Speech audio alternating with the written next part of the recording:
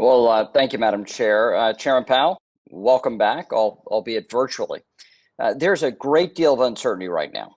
What I am certain of is this: you have earned and deserved another term as chair of the Federal Reserve.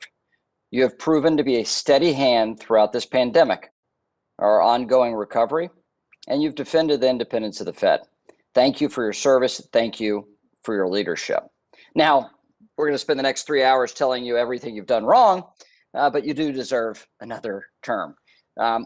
In all seriousness, though, the Federal Reserve needs to be laser focused on our economic recovery. Instead, I'm seeing more headlines about the Fed's actions to address issues like climate change, while a noble cause, but this should be something originating in Congress, not in the central bank. As far as our economic rebound, we're facing some very serious challenges. Put simply, America has a jobs problem. Not long ago, there weren't enough jobs, but that's not the case this time. There are more than 9 million jobs waiting to be filled. Employers across the country are competing for labor, offering signing bonuses, back to work incentives, and higher wages. The National Federation of Independent Businesses released a survey yesterday reporting that 63% of small businesses have already increased wages to attract workers. We should be seeing a boom and return to work, but we're not. Throughout the spring, job numbers continue to fall short of expectations. Yes, the June report showed 850,000 jobs were added, but this misses the larger picture. The labor force participation rate remained unchanged at 61.6%.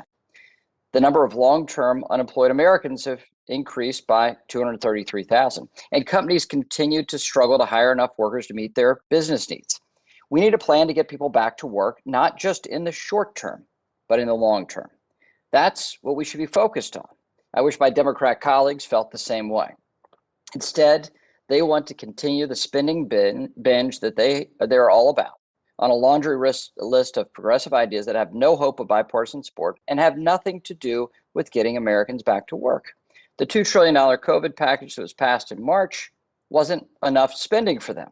So now we're hearing that Senate Democrats want as much as $3.5 trillion in new spending and increased taxes on businesses of all sizes. And on top of that, another trillion for hard infrastructure. None of this is sustainable. This spend first and ask questions later approach to fixing our economy will not work.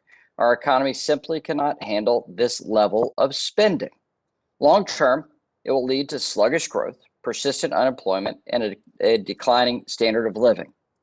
Simply put, the Democrats are addicted to spending. Taxpayers, families, and business owners will bear the consequences. We should instead focus on creating the kind of real economic growth that is proven to be enduring and stable. That means a focus on regulatory relief, sound money, and a competitive tax system.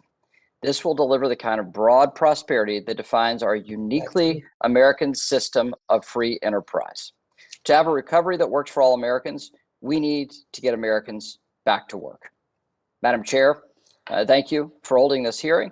I would like to welcome our newest Republican member of the committee, a gentleman who is not new to Congress, but is a returning member of Congress and has been on leave when he left the House Banking Committee. He's been on leave with the Rules Committee, and under our rules, he's gets to come back to his home base that he left years ago. And so we're grateful to have Pete Sessions back with us on this committee and in this room, and look forward to his service. Like we have so many great Texans on this committee, we're glad to have him on the committee as well. And with that, Madam Chair, I yield back.